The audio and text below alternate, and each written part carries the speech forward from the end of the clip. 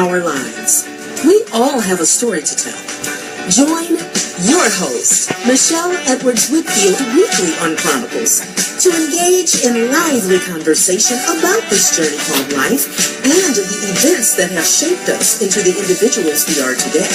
It's real talk to encourage, real talk to motivate, real talk to inspire, a place to celebrate and to thrive. Chronicles.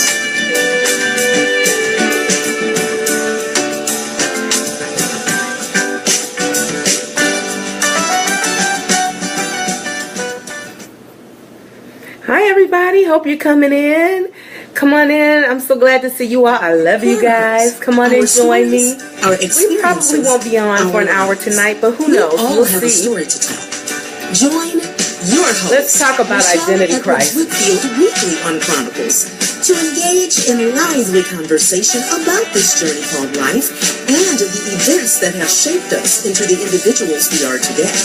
It's real talk to encourage, real talk to motivate, real talk to inspire, a place to celebrate and to thrive. Chronicles.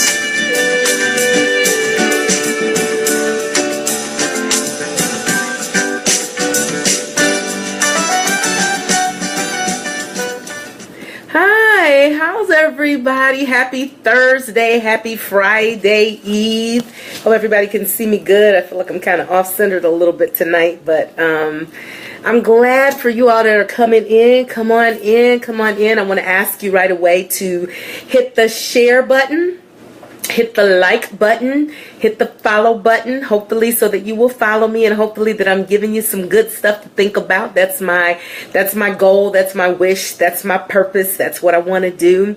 I want to thank you all for joining me here on Chronicles. If you're over at the Michele Edwards-Whitfield page, I'm going to ask you to jump on over, if you will. We're going to start broadcasting from the Chronicles page. So I know that's kind of like a shift for everybody. And as a matter of fact, while you guys are coming on, I'm going to actually go to my page and hopefully tell you guys to tune in. I'm going to do that live here. Let's see. I'm going to say tune in on the Chronicles page.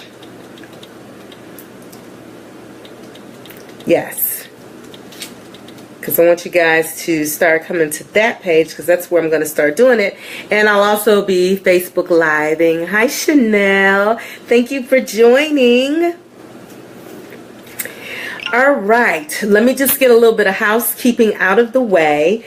First of all, I hope everybody had a great day. The weather, yeah, amen, thank God, yeah.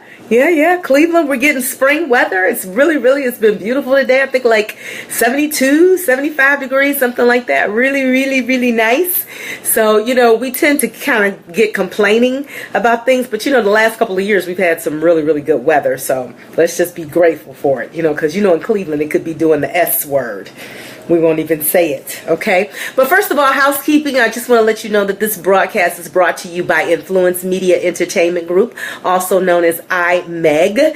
You can reach them for marketing that makes a difference at 440-549-0620 and visit the website at www.iimeg.com.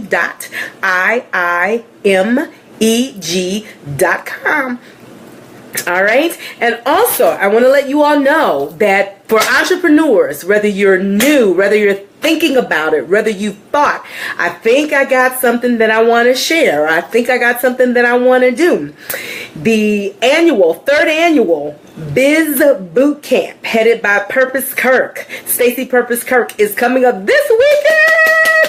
I'm so excited because last year I went just by happenstance. Hi.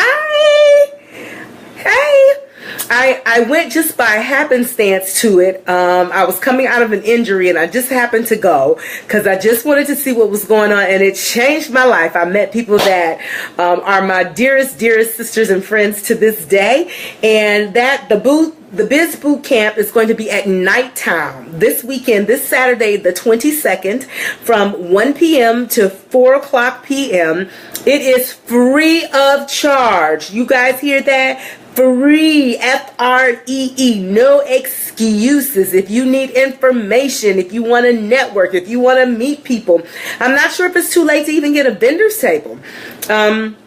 I don't believe that they're very, very expensive, because that's one of the things that Stacey Purpose Kirks likes to do. She likes to make sure that people have an opportunity and a platform to grow. So that is this weekend, this Saturday, 1 to 3 p.m. Doors open at 12:30. There are appetizers, free appetizers for as long as they last. So you might want to be early.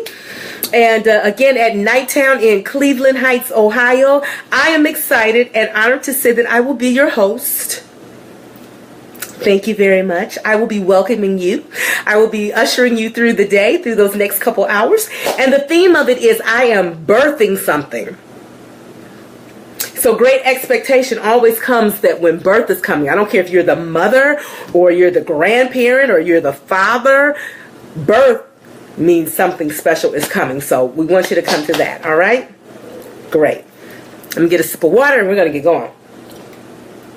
I hope you got something too for the evening. I need you all to get your fingers together. Again, like, share, follow. Please, please, please. Like, share, follow. On the Chronicles page. You can also like, share, and follow me on my page, Michele Edwards Whitfield. I'm always happy to get new friends. I'm always happy to interact with people and find out what you're doing, find out what's going on. And also, I'm always thrilled when you share with me and you say to me what you want to talk about. As you know, this show is a platform for us to talk about and to talk about our faith walk, or to talk about things that are going on in our lives and to get different information about it. I know there's a Cavs game going on. I love Kyrie too. But you know, you all can hit that replay on that. I need you all to come on in. Okay, so what are we talking about tonight? We are talking about identity crisis, and I see people are joining. If you're joining, can you just maybe give me some hearts, or give me some likes, or give me something to let me know that you're there? As I was saying, these shows come about because people will sometimes inbox me and say what they want to talk about, or if there's something going on in the city or going on in the country that is first and foremost in our minds or in our hearts, we talk about that too. So today, just want to talk about identity crisis. Now, Cleveland is hurting right now. Cleveland is confused, and we're angry, and just a flurry of emotions that are going on. And of course, we are praying for the friends and family of Mr. Godwin. Let me just start with that right now. Our prayers and our hearts are going out to his family with everything that's going on, and even after the service is over, for the healing process for them. We love you, and your city is praying for you. I'd like to also say, and this may not sit well with other people, I'd like to also say that we are also praying for the family of Steve Stevens, because they lost someone too. They did not do this, but they still loved him. There's somebody out there that loved him. So I just want to say that as well too, praying for the family of Mr. Stevens as well for healing in this process.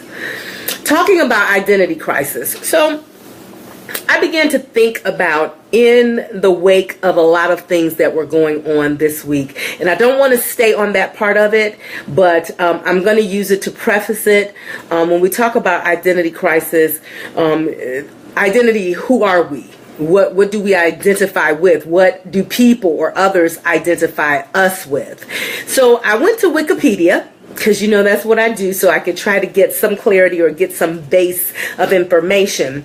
And Wikipedia states that identity crisis is the failure to achieve ego identity during adolescence. Now, when I first went to look that up, I was not anticipating it saying adolescence. That kind of caught me off guard.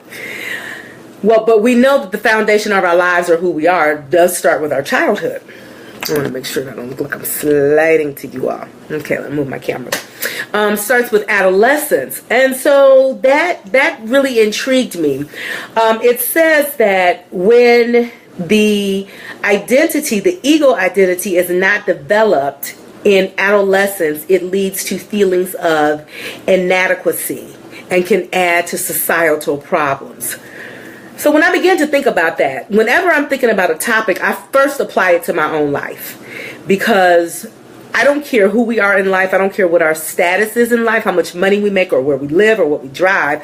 I think that we are all so, we're so much alike. We're all alike. We all have the same primal makeup, the primal DNA. So any and all of us can be susceptible to anything that goes on in life. I've always tried to not feel as though that I was more or above, or say those words that sometimes we utter in life out. That'll never happen to me, because that's so untrue. I don't believe that anybody is born that says, I think I want to have emotional problems. I think when I grow up, I want to have mental health problems. I think, oh, my goal when I grow up is to be an alcoholic. My goal when I grow up is to be addicted to drugs. My goal when I grow up is to be a divorcee 1,000 times over. My goal, we don't say those things, but a series of life events leads us down a certain path, and all of us have the potential to end up in that place. And so in thinking that way, if we adapt and adopt to that type of feeling, it makes us empathetic, even if we don't agree. And I'm not trying to sound like I'm a psychologist or a sociologist or any of that. I am a person, though, that believes in continual learning. I am a person that believes that actually the older we get, the more we should seek learning and self-awareness.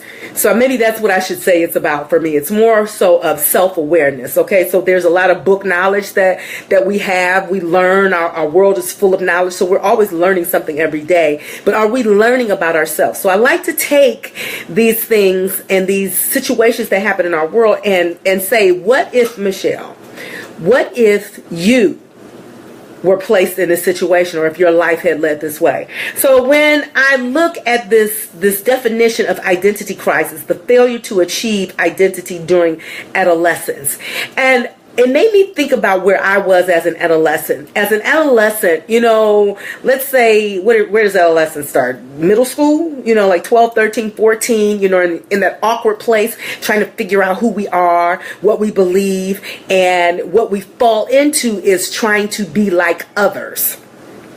You know, we fall into trying to be into the cool spot and with the cool people and all of that. And what I realize is that a lot of times that doesn't leave us.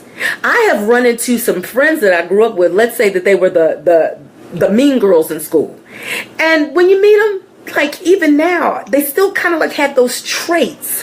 But as an adult, now I realize that it really was based on insecurity in their lives somewhere. Now I understand that. But as a kid, I'm like, wow, I want to be cool like that. Or maybe I should hook up. I never wanted to hook up with the mean girls because that was never in me. But it was like there was still always a feeling of acceptance, you know, that we go through. We just want to be liked.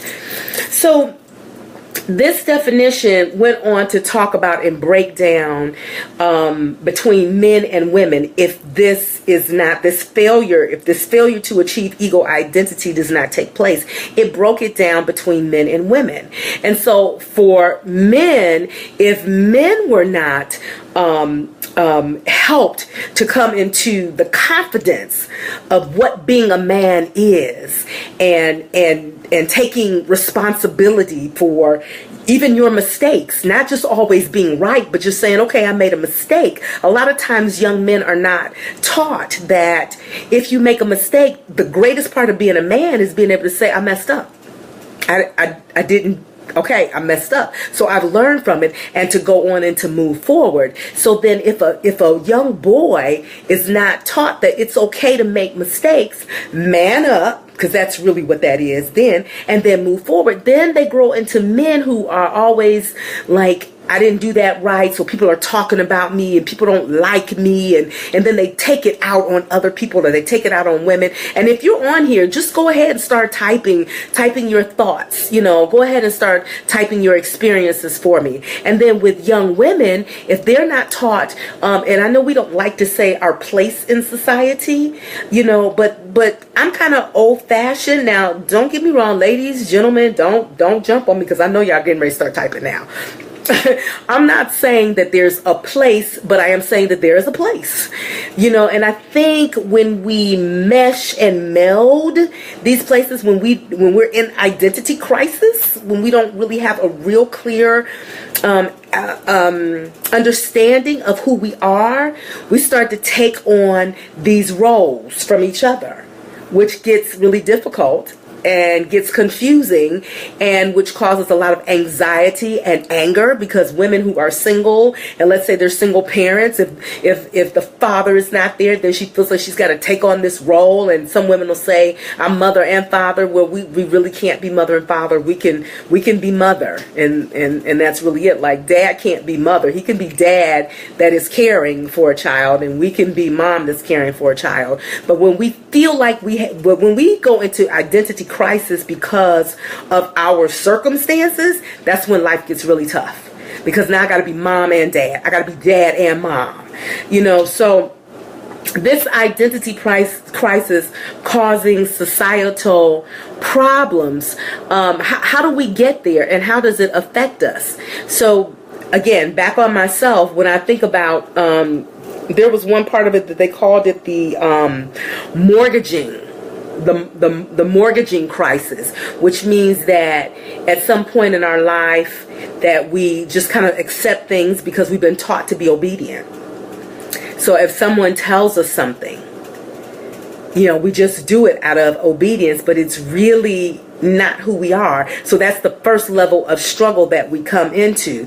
I've heard some parents say to their children, no, I think this is what you should do. So when young people are coming about and trying to figure out who they are in life, and I don't really think kids are trying to figure out who they are. I think basically, humanly, on the basic level of DNA, we know who we are. I think that we really truly know who we are, but then someone comes along and says, no, that's not for you to do. I don't think that's right for you. I think because I know you better than you know yourself.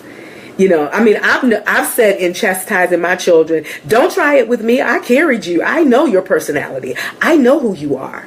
So yeah, personality traits maybe, but when a person is developing and going into their life work, how do we encourage our young? How do we encourage each other? Even now, that's one of the things that I am trying to do in my life, is encourage people to come out of identity crisis and to say it's okay to change lanes and do something different, and to just do something different in your life. You don't have to have a reason. Your basic primal reason could be because I want to. Because God made us so diverse. And he made us so powerful and so transient and just so, when you look at, so the word of God says that we were created in his image. So when I look at zebras and giraffes and amoebas and all these things, I often say, like, God, what were you thinking? What was your mind at when you were making these things look the way they do? The giraffe with these long skinny legs and this long neck and head and these big doe eyes. What made you think about creating this type of thing? So then when he made us, he didn't make us single-minded. He didn't make us, and I know somebody's going to say, well, he didn't make us, we shouldn't be double-minded. Understand the vernacular that I'm using that in.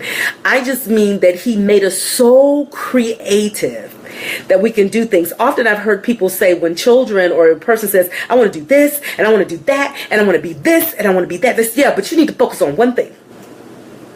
You need to focus on one thing. But all of those things make us up to be who we are.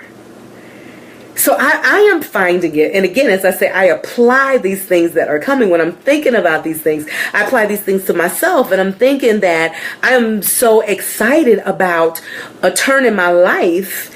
And everybody has the certain time and place when you come into that time and that change. So I never want anybody to think that I'm saying, because this is where I am now, that this is where you should be.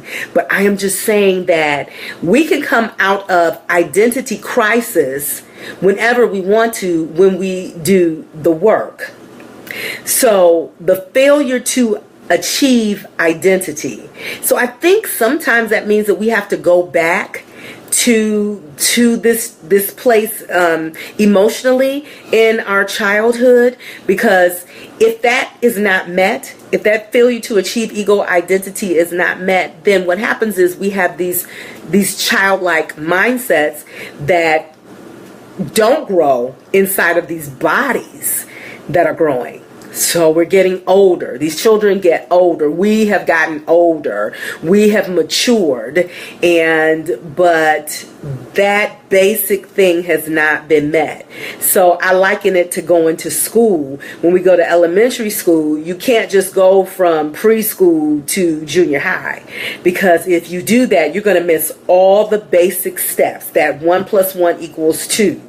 The 2 × 3 = 6. We've got to go through all of those things to build upon it, to be healthy individuals, because if that doesn't happen, we can sometimes go through the motions because we're intelligent people, because we have the skill set to do it, but we're not emotionally mature. You know, we're not psychologically mature. We're just growing, and we've been taught to follow suit. You go through school, you go through high school, you go to college, you get a career, and you move forward. And then we find ourselves sometimes in these places where we're not really healthy, but we're just going through it. So then at some point, it's just like an infection in your body. If you've got a toothache, you can ignore it all that you want. But at some point, that poison is going to want to come out. So you're going to get a bubbling, you're going to get a rumbling, you're going to get a blister, you're going to get something that's going to happen. And then there's an eruption. So as these things happen physically in our minds, physically in our lives, in our physical body, it happens to us mentally as well. So it's important that we do not skip, and that we do not fail to achieve ego identity as early in life as possible. But if we have missed that, and let me just talk to the family, the melanin family. Let me just talk to us. It is important that when we need help, that we reach out for help. We have got to get beyond the state of let's just squash it, because that's been a part of our heritage. That's been a part of our culture, that we squash it. We keep it at home. We don't talk about it. We don't tell anybody about it. We just put on our clothes. We get dressed. We go outside the door and we smile and fake it until we don't make it. So what's happening now in our society is that we've got so much of that going on. Rhonda, MC Squirt from Urban City Radio Station had an encounter yesterday, and she was very emotional on Facebook Live about a man. She was sitting at a light, and a man fell on the street and bust his head open, and nobody got out. She got out in the rain. She went, and then there was another gentleman that got out of the car and came to assist her. But she said everybody just kept moving. She knows that people saw it. She knows that people saw what was going on, saw them, where a tribe of people should have got out. And should I call? Should I do this? She was the first one out of the car, and there were very few people that came to help. And then this man had multiple problems when they got there to him. And so she was really hurting about this, just about our world, and it really touched my heart as well. And again, it just goes back to what do we do? How do we get help for ourselves instead of squashing the pain? You know, we really do have to say, you know what? Let me go talk to somebody about it. Because, yeah, we could talk to Big Mama about it. We could talk to our spiritual leaders about it. But sometimes we need to go to a professional that can help to gently unpack that luggage. Because sometimes it's a Pandora's box. And if you go to someone, or if you're just talking to someone that is not equipped to know how to let you speak when you need to speak, and then to guide you around that thing, just like a surgeon. So there are psychological surgeons. This is what psychologists are about, and psychiatrists. They're mental and psychological surgeons. So they know how to go in and help us to peel those things. There was a time in my life I went through a very, very difficult difficult time, and I needed to go talk to somebody. And I needed to go talk to somebody that I could be real with. You hearing me? Because there were some people that would not have been ready for what I had to say. Understand me. It is important that we go places and that we get the help that we need to be able to unpack, to carefully unpack, carefully take it out. We don't need to start unpacking and somebody's like, I can't believe that, I wouldn't allow that, and you should have did that, and girl, you crazy, or man, I would have did this. No, that's not how to go about that. And that's what happens, that sometimes when people who are hurting or in crisis begin to just talk to the folk on the corner and they get some bad information, or it pours salt in the wound, then we have some really, really bad things that begin to happen. So I want to encourage the family that in 2017 that we began to think differently about our health, not just our physical health. We're going to the gym. We're getting better with that. We're getting better with eating regularly and exercising and incorporating all of those things into our physical body. But what we're taking care of is from the neck down. We need a checkup from the neck up. That's what the newest health thing is. It shouldn't be the newest, because where the head goes, the body is going to follow. The body doesn't follow the head. The head doesn't follow the body. The body follows the head. So if the head isn't right, then everything else is going to be out of line. So again, when we're talking about these identity crises, when we can have different levels of identity crisis. I have been surprised that I have had friends or talking to people, and we talk out our pain, whether we mean to or not, whether we realize it or not. We talk our pain out, and I've heard grown people, men and women, refer back to their fathers or refer back to their mothers, like, I don't know what my mom is going to say. And I'm talking about people that are my age or still, and I don't mean in a disrespectful way. But I'm not saying that we don't care about what our elders think. But when it's put into a vernacular of, I was something very simple. I would have worn that dress, but my mom wouldn't have liked that. Or, I wanted to go here, but my dad didn't want me to do that, so I didn't do it. And it's 40 years later out of the home. Maybe mom or dad are not even here anymore, but still, those chains or that blocking, that perimeter is still there. That's causing us to have an identity crisis, and it's work. It's not easy. It's something that I am into a place of self-awareness, so I'm really listening to a lot of people that are doing the things that I want to do. I did a real quick live earlier today talking about that, and so I'm working on myself. It's almost like a purging and a pruning of some idealisms that I'm getting clarity on as Michele stands. So y'all are kind of quiet on here tonight. Give me some feedback on this. Amber Patton said, my biggest struggle is to find that one thing that I should focus on. I am interested in so much and find that I am a jack of all trades, but master of none.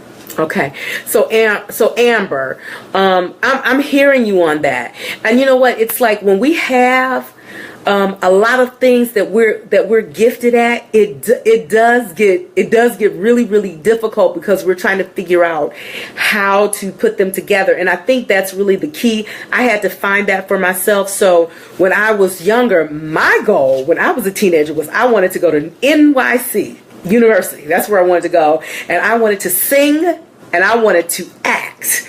I wanted to be an actress on stage and screen. Well, that didn't happen for me. So I got side railed early in life because I graduated from high school at 16 years old. Well, my mom wasn't going to have it. She was not having her baby. And now I thank God for it, because 16 I was so green, because I'm still green about a lot of things my family tells me now. I'm like, what is that? What does that mean? So I'm glad that didn't happen then, but it derailed me. But understand that deferred dreams are not dead dreams. Okay, because they get deferred, and you're young and beautiful, so you still have time. So what I have found out is that with that, I remember, because for a long time I didn't go to school, or I went into school and came back out and all of those things, because I wasn't doing what I love to do, because I never went back to school for acting or dramatic arts. I just started to go back to school for what was big: computer analysis. In the 80s, that's what was happening. Everybody was, the world was booming with the internet. All of that was going in. So I started dabbling in and out of school with that. It wasn't feeding me. It wasn't it. It was not, Amber, until recently that I really went to God about it. So I'm talking about, like, in the last 4 years of my life did the turnaround start happening for me. And just in the last year have I actually been walking in my true purpose that's given me life. And I know that God has allowed me to do things throughout my life that have been a blessing to others and that have blessed me. But now I am like, every day I get up is like, so, but what it was I had to really go to God. And I want to encourage everybody now, while I'm thinking about it, get a journal.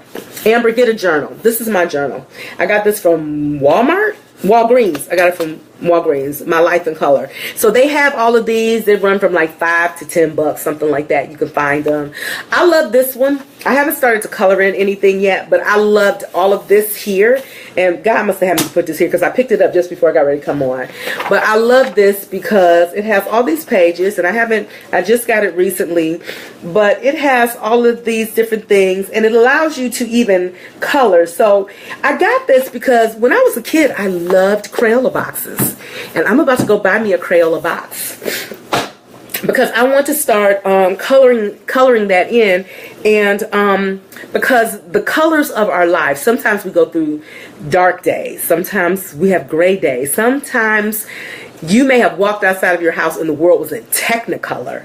Have you ever done it? I've been at joyous places sometimes in my life where when I walked outside, the grass was the greenest I had ever seen it, like Crayola green. The sky was blue, number 12 blue, whatever that is. But what I did, though, in the last year and a half, I asked God to show me my purpose, and I asked him to bring all of those things together, all of those gifts that he gave me together. Because when I really started looking at them, I love to sing, I love to talk, I love to empower people, I love to inform people, I love to help people. I was telling my oldest daughter today, because we had something fabulous that happened today, and I said, you know what, I really think that is my new calling, is to be the conduit, like the match. Like when I hear about something saying, oh, really? You need to do that? Wait, I know this person, and let me put you guys together. And so then the acting and the wanting to be on stage is what's allowing me to talk to you today here. So when I was doing that at 16 years old, I had no idea that Facebook Live would be available. So I did not get a chance to go to NYU and do all of that, but I am reaching more people right now than I probably would have done on the stage with a house of 1,000 people, maybe one time or whatever. But because what I'm doing now, you can hit the replay, you can share it. This will go on forever. So everything that God has given us has a purpose. Everything that God has given us is kind of like a blanket being woven, or patchwork. Yeah, like a patchwork blanket. Orange patch here, a blue patch there, and you put it together, and then it's a covering. So that's what I would say. Start to journal. God told me to do this too tonight. I'm going to share with you my scriptures that I read every morning that I get up. And if you all can see up close there, I've got my scriptures written in there, and I just started writing them. What do I have on there? So I have the main things that I do right now. Chronicles is this show, and Influence is my business, but it's also what I desire to do. And then I started filling in the scriptures that went along with Chronicles and with Influence. So the first one that I have here under Chronicles, because Chronicles, my desire when God gave me Chronicles was to help people, just to get out here and talk about those real things that other people don't want to talk about, or the things that are going on in our lives that we're ashamed to talk about. Chronicles really came about when I got sick about 1.5 years ago, and I was going through all these physical changes, and I started calling up my friends, and I was like, why didn't you tell me that at a certain age in your life, or you start feeling this way, or you don't want to do this, you know, what does that come about? And I said, I cannot be the only person. And they were like, yeah, I know, and when this happens and that happens, and I said, well, why doesn't anybody talk about that? I said, we call each other about shoes, we call each other about going to dinner, we call each other about clothes, but we don't talk about it. And I said, you know what, if I'm to be the catalyst to start the conversation for people to be healthier, then so be it, because I was doing it anyway. So Chronicles came about. So my scriptures for Chronicles is this one is 1 Chronicles 4:10. And Jabez cried out to the God of Israel, oh, that you would bless me and enlarge my territory. Let your hand be with me and keep me from harm, so that I will be free from pain. And God granted his request. So whenever I read scripture, I always put me in there. So God granted Michelle's request. Boom. Stick a pin in it. That's just how I took it.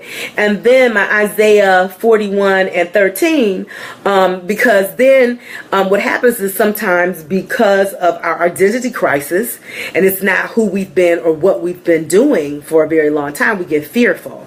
So actually I started to research, and I wanted to look up the scripture that says God has not given us the spirit of fear. And I found a scripture that I had never ever read in my life before, and that was Isaiah 41:13, and it says, for I am, and it's for you, Amber, for I am the Lord your God, who takes hold of your right hand and says to you, do not fear, I will help you.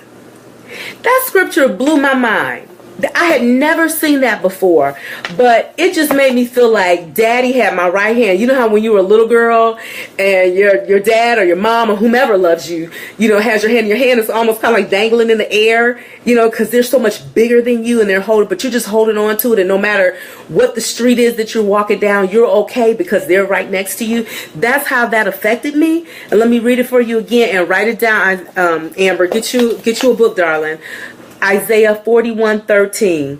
He says, for I am the Lord your God, Amber, who takes hold of your right hand, Amber, and says to you, Amber, do not fear, I will help you. So that's that. And I got 2 other scriptures. And she said that is my scripture right there. That is why my son is named Isaiah. Well, there you go. So that's just confirmation. That is just confirmation, and that's really what this is about. That we give me some hearts on that, girl. Give me something on that. That's really what we have to do. That's how we move out of these identity crises that we have. Like, I don't know who I am. I don't know what I'm supposed to do. So when you make the list of all of the gifts that God has given you, and you say, what is the common thread?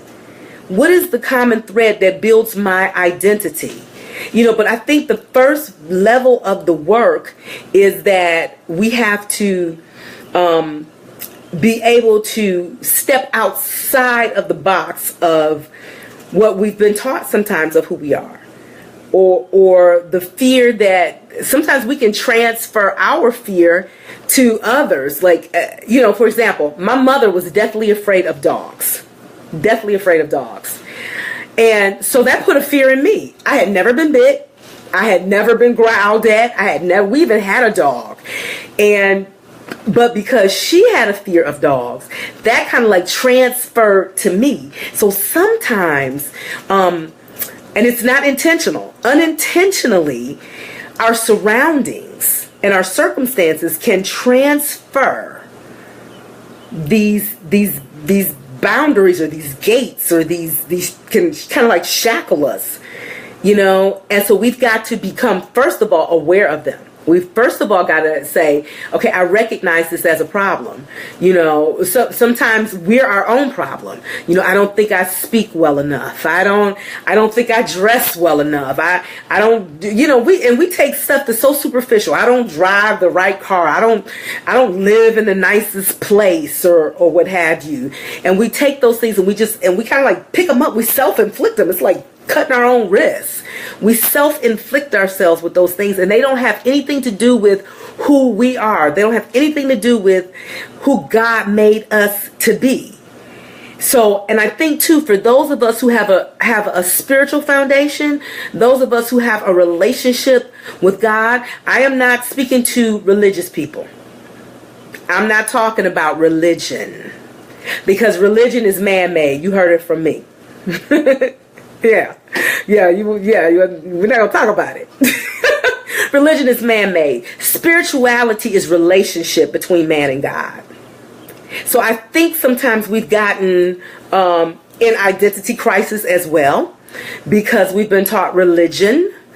And what we really need to do is get relationship with God, because, when I think about religion, I think about when we go to, let's say, for instance, you go to a Cavs game. So from here, everybody knows who Kyrie is, JR, LeBron, Cleveland, yeah. But we don't really have a relationship with them.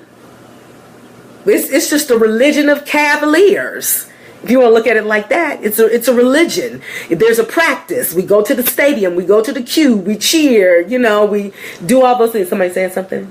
Go ahead. Shelton Jack, it honestly can be difficult at times to head into a new direction that you want to go. Is things being difficult at those times good or healthy, or is it needed to be pushed into a new self? Okay. So I'm going to get to Shelton Jack in a second. With the Cavaliers, and that being like a religion, we've got that. Cleveland's got our religion of the Cavaliers and all of that. But the relationship would be like if we could call up LeBron and be like, "Hey, how you doing? You know what? My son plays basketball too. Can you give us some tips?" "Oh yeah, tell him to do this, tell him to do that." Giving instruction. That's what relationship with God is. And so then when we know who we are in Him, when we start to get really, really like, God, who am I? And I mean, I ask those questions, and Sean Jack, this could come in for you as well, too. It does sometimes take pain. So when we talk about, okay, so I'll talk about it for me and you, Amber. When you talk about your son, Isaiah, there's pain when something is coming forth. When something is being birthed, there's pain. Shouting Jack, when you're writing music and you're up all night and you can't sleep because it's just gnawing at you. That's like a birthing process too. That's like something is coming forth, so it's uncomfortable. And then it's like other things are getting in the way, and then you're like, wait, I need to focus. I need to get here. But sometimes we get complacent, and when God has another level for us to go on, He often makes it uncomfortable for us. Because I'm one of those people too. Don't move the furniture. Just don't move it. I'm good. I'm good. So what God does is He makes things a little bit uncomfortable for me. It gets a little bit tight. Sometimes my feelings get hurt. I've had that to happen. Feelings get hurt, or relationships change. And God allows it, because as believers, and when we have a relationship with God, sometimes He doesn't put pain on us, but sometimes He allows us to become uncomfortable because He knows us. So, He's kind of got to let it get like that in order for us to make the next step. But in doing that, when it gets uncomfortable, I've gone through it so many times now that I recognize it when it's happening. I kind of like just throw up my hands immediately. I'm like, okay, Lord, please just tell me what to do so I can get past this phase, or just help me to hear you, because the struggle comes when we fight. That's really why the struggle comes. It's not that it's hard to do and move to the next level. We are the hindrances in moving to the next level, because it's this voice that we hear up here, and the voice sounds just like your voice, Shouting Jack. The voice sounds just like your voice, Amber. The voice sounds just like my voice. So it's like it starts to rumble in your belly first. And you're like, wow. You feel it in your heart. It moves to your belly. And you're so excited about it. And you start to make plans. And then your voice goes, yeah, but... Me and my husband get into it all the time. Because I said, if I'm talking about something, he goes, yeah, but. I said, I don't want... Nope. We can't start our conversations with yeah, but. Because yeah, but means that there is doubt. And when there's something for you to do that God has called you to do, you can't have the yeah buts. Because it's not so much a doubting of yourself, it's doubting God. So even if it seems like it's so big and so scary, this is not big and scary for God. And if he gave it to you, especially if it's something like, how am I thinking about this? I can't even believe that I believe I can do this. I mean, what? That's when you know it's God. When it's huge like that, but you don't even have to figure out how to get it done. If God gives it to you, all you got to do is prepare for it. So it's like if somebody says, "Hey, I want you to come to California," and I'm gonna take care of your plane ticket. Do you be like, "Oh, how am I gonna get the ticket? How am I gonna do?" You start packing. You start packing and get ready. So when the next step is coming, when you could feel that move, you just start preparing. I know at my job, when I started feeling the move, I started my faith walk was, I started one item at a time, taking things out of my office home. Because I didn't know when it was going to happen. I couldn't see the big picture, because God can't show us the big picture, because we were showing up digging our heels, be like, I can't do that. I cannot do that. So he can't show us the big picture, but he just kind of like starts to just nudge us a little bit, So I just started, when I was feeling, I started speaking, and I was like, I know I'm not going to be here. I know I'm not going to retire from here. I'm not going to retire from here. Something else is going to change. I need to do something different. I desire to do something different. And I just started every day bringing home a personal item, because my office was sweet. I had everything in it I wanted. It was comfortable. I could have stayed there overnight if I wanted to. It was nice. But then I started getting, when it started turning, I just said every day I would just put something in my purse, put something in my bag. And then as it got closer, as it started turning, as that baby or that thing started getting bigger, then I've got some boxes. I started asking myself, you got any boxes left over? I started going in the break room, getting the box, and just started putting stuff in it. Yes, somebody got a question? Lenise Bozeman said, if the Lord worked it out, if the Lord gave it to you, he has already worked it out. Absolutely. Thank you, Lenise. Absolutely. If he's already given it to you, the provision is already there. There's a song called He's Already Provided. Everything you need, he's already provided. There's no blessing that you can claim, that you can't claim. Just call it in his name. He's already provided. So yeah, that's just it. We don't have to walk in identity crisis. We don't have to not know who we are.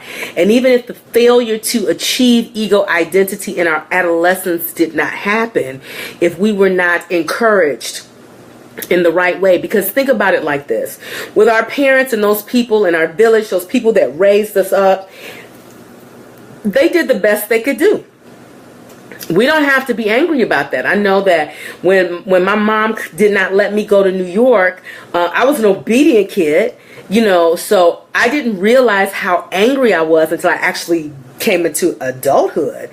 And I had to acknowledge that I was angry about it. It took me a long time to really realize how angry I was about it. And then I had to acknowledge it. And I'm going to tell you, I didn't realize how angry I was about it until my oldest daughter got to the age to be able to go to college. And I was running frantic because I was like, no matter what, she is going to school. I don't care what I have to do. I'm going to make sure. And then I realized where that energy and that fire was coming from, because I had been angry. So guess what I had to do?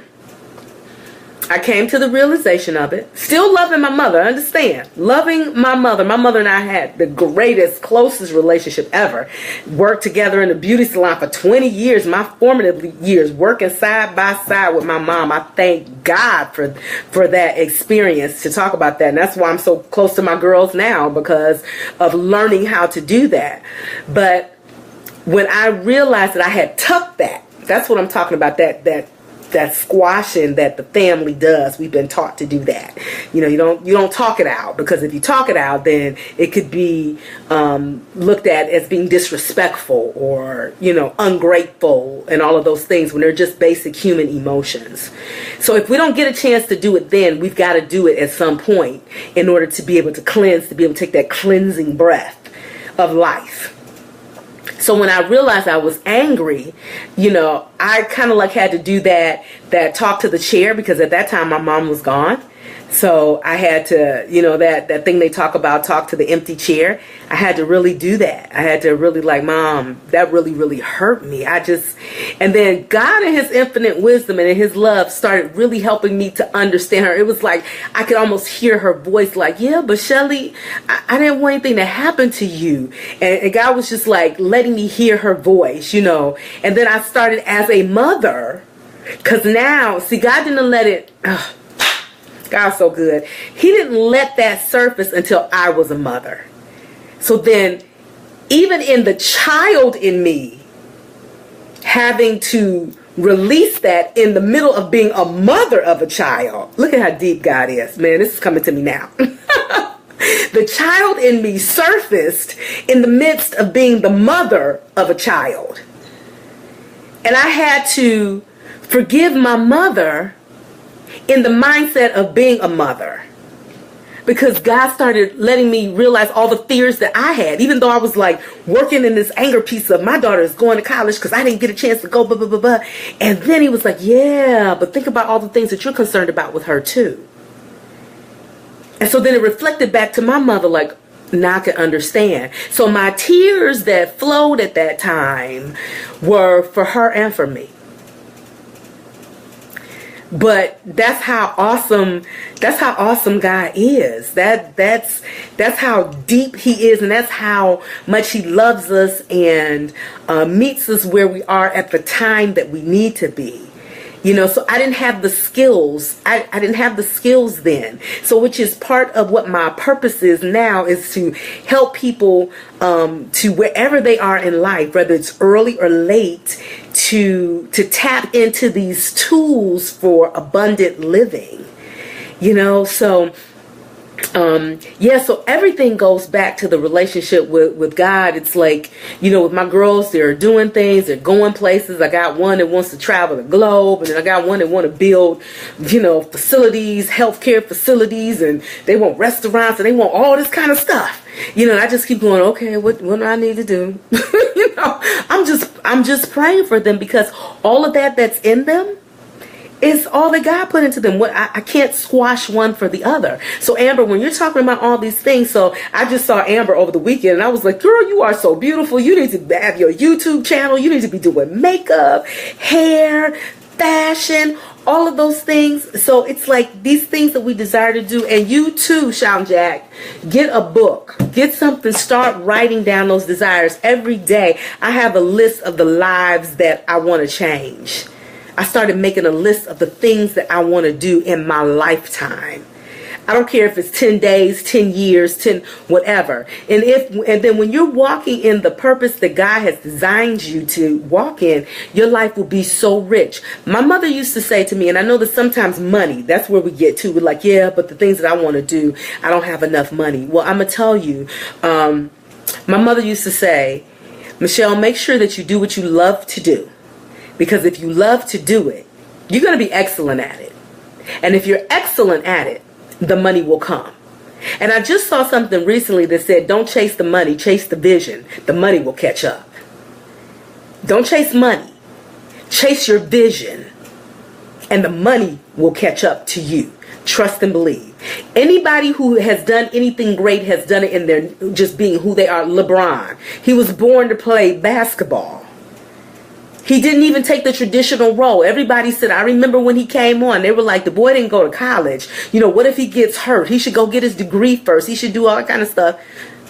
He went and started playing ball first, did what he was naturally gifted to do. But he was smart, and I don't know who was advising him, but he was building wealth.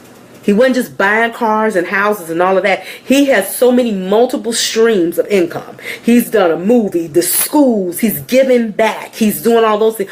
All of that brings wealth to you, because to be rich and to be wealthy are two different things.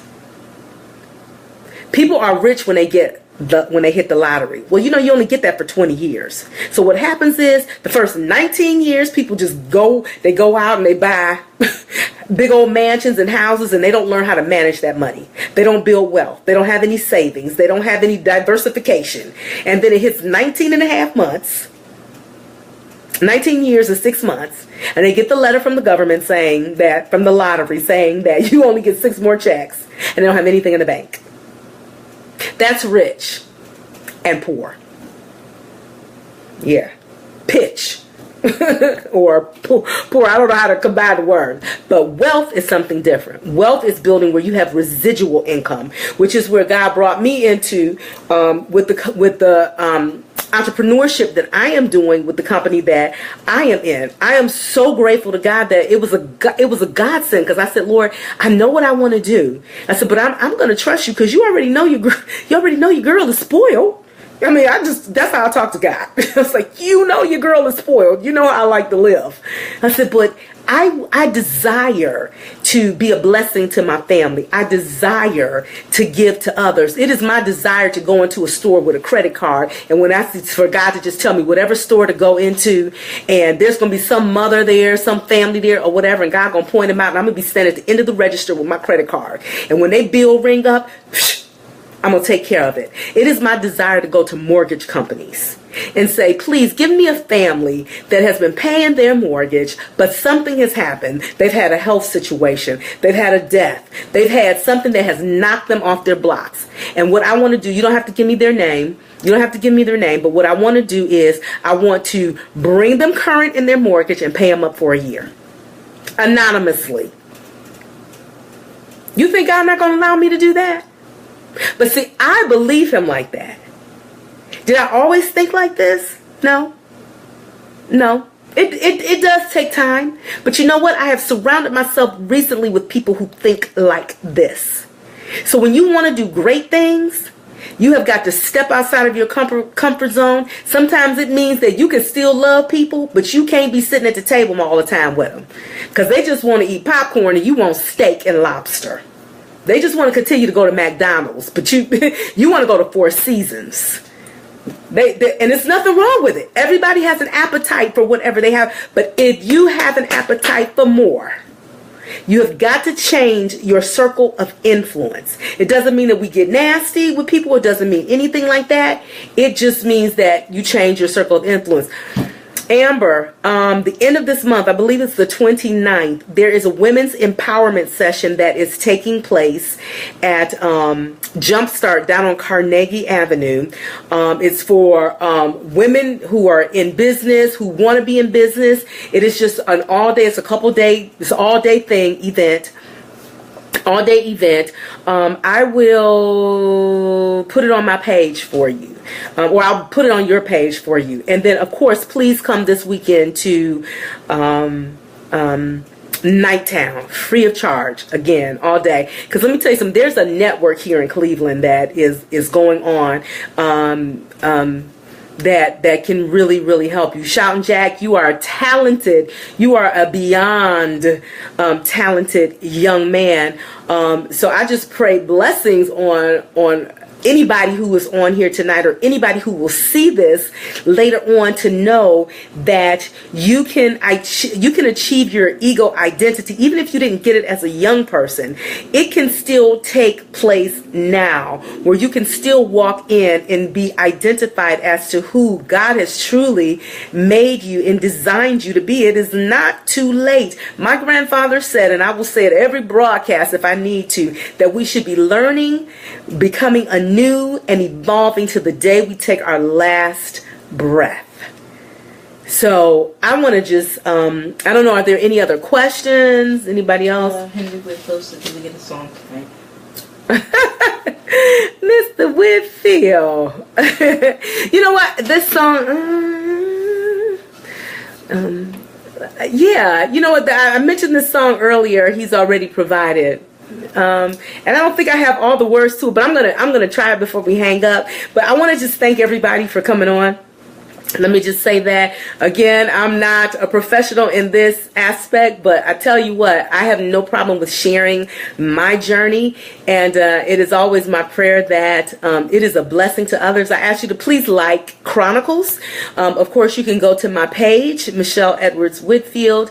Please like. Please share. Please follow. I'm here every Thursday. If I'm not here on a Thursday, I'll always give you an announcement of it. But if there's somebody that you think that this will bless, please share it on their page or ask them to come on and take a look at it. And I will see you guys next Thursday before I give my song that's been requested. And again, this broadcast has been brought to you by Influence Media Entertainment Group, where marketing makes a difference. They can be reached at 440-549-0620, and also visit the website at www.iimeg.com. You can also email at yourinfluence1@gmail.com. Also, don't forget this weekend at Nighttown, April 22nd from 1 p.m. to 4 p.m. Doors open at 12:30 p.m. Biz Boot Camp 3. It's going to be wonderful, wonderful, wonderful. And also the women's empowerment, that's going to be next week, and I'll go back into that as well. All right, so for closing, here we go. With this song, He's Already Provided. I hope I remember these words. After the least, say how about one word? Your song. My song. You know what? Maybe okay. Let me do He's Already Provided this time, because I think that's they're both along the edges, the lines of what we're talking about tonight. But for Amber and for Shout and Jack, I know with what they're trying to do, there's provision that they're looking at needing to be made as well too. And I know that feeling of I would love to just stop and do what I'm doing, but you know, how am I going to take care of all of those things that go along with life? So I just want them to leave with He's already provided. So I hope God bring these words back to me. He's already provided. He's already provided everything you need. He's already provided. And no matter what you claim, just ask it in His name. He's already provided.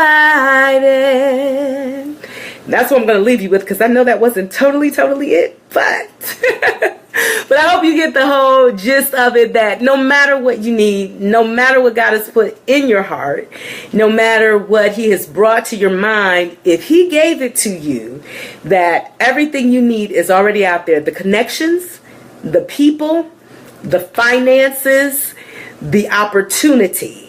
You just got to trust it. Don't forget, get your journals, start writing daily, read your coverage scriptures every day. And I'll leave you with this one. This is my scripture for my life, and I gave it to my daughters as well to always speak over their lives. And that's Jeremiah 29:11, where it says, and again, always put your name in there. For I know the plans I have for you, declares the Lord. Plans to prosper you and not to harm you. Plans to give you a hope and a future. So when you read that, make sure, as I do, for I know the plans that I have for you, Michele, declares the Lord. And I love it because He makes sure that I know who He is. I know the plans that I have for you, Michele, declares the Lord. My plans for you, Michele, are to prosper you. And my plans for you, Michele, are not to harm you. My plans for you, Michele, are to give you a hope and a future. Be blessed. See you next week. Thank you for joining. Bye.